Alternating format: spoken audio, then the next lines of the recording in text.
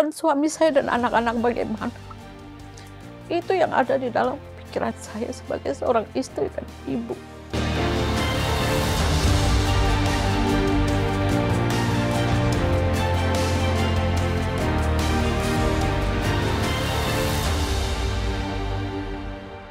Saya berasal dari keluarga yang dari kecil sudah dididik untuk hidup dengan Tuhan.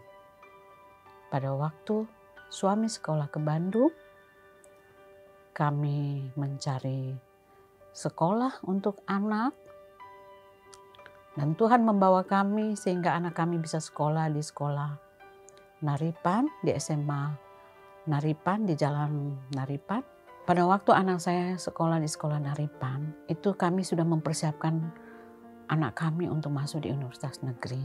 Tetapi karena anak saya sekolah di Naripan dan dia sudah menerima pelajaran-pelajaran di Naripan, di sekolah Tuhan, dia tidak tertarik lagi dengan universitas negeri. Pada waktu itu ada tetangga kami yang sama-sama di Jayapura, di kompleks dosen yang kami tinggal. Anaknya lulus di Unpad. Pada waktu mereka tinggal di rumah kami, anak saya Sam ini mengajak, ayo kita ke kampus saya di Unai. Kami berjalan-jalan di Unai. Saya itu melihat semua orang yang di Unai itu bercahaya. Saya tidak bisa melihat mata mereka, hidung mereka, mulut mereka tidak kelihatan. Terang bercahaya. Saya mengucak-ngucak mata saya seperti ini. Terang. Dan saya berkata kepada mamanya Laura, kenapa ya saya tidak bisa melihat apa-apa. Jadi pada waktu di Unai itu melihat terang itu, saya pulang dan berdoa. Saya berdoa, Tuhan, hamba orang berdosa, hamba tidak mengerti apa yang Tuhan mau. Sekarang saya sudah punya putra dan putri. Saya sudah punya anak 3. Dan suami saya dan anak-anak bagaimana? Itu yang ada di dalam pikiran saya sebagai seorang istri dan ibu. Saya berdoa. Saya membaca buku, saya berdoa, bergumul. Di gereja kami di Bandung, saya aktif di paduan suara. Dan setiap hari Sabat itu adalah hari di mana pemberkatan nikah dilangsungkan dan paduan suara itu akan bernyanyi. Saya permisi untuk suami saya, mama mau ke gereja gitu. Karena saya berpikir saya tidak menipu suami. Sebelumnya saya tidak pernah berjalan sendiri. Ke pasar, ke toko, kemana-mana selalu dengan suami. Dengan berani saya melangkah sendiri keluar rumah. Karena Roh Kudus menggelisahkan hati saya. Pada waktu habis ibadah Sabat itu, pertama kali saya berhari Sabat. Sebelum pulang, ibu itu memperkenalkan saya dengan ketua jemaat. Terus saya hanya memberi nomor telepon saya. Saya tidak mau memberitahukan nama saya. Sebelum tahun 2010 ini berlalu, saya rindu menerima kebenaran itu.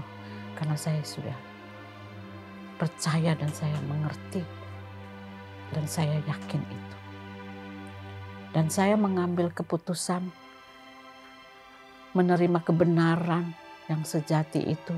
Menguduskan hari Sabat itu pada tanggal 11 Desember 2010 di hari Sabat itu. Dan Bapak Ibu, itu sukacita terbesar. Pergumulan itu berjalan terus setiap hari. Yang ada di dalam pikiran saya, sebelum pulang suami saya ke Jayapura, karena selesai studi, Tuhan, saya katakan untuk Tuhan, suami saya jangan pulang ke Jayapura sebelum menerima kebenaran.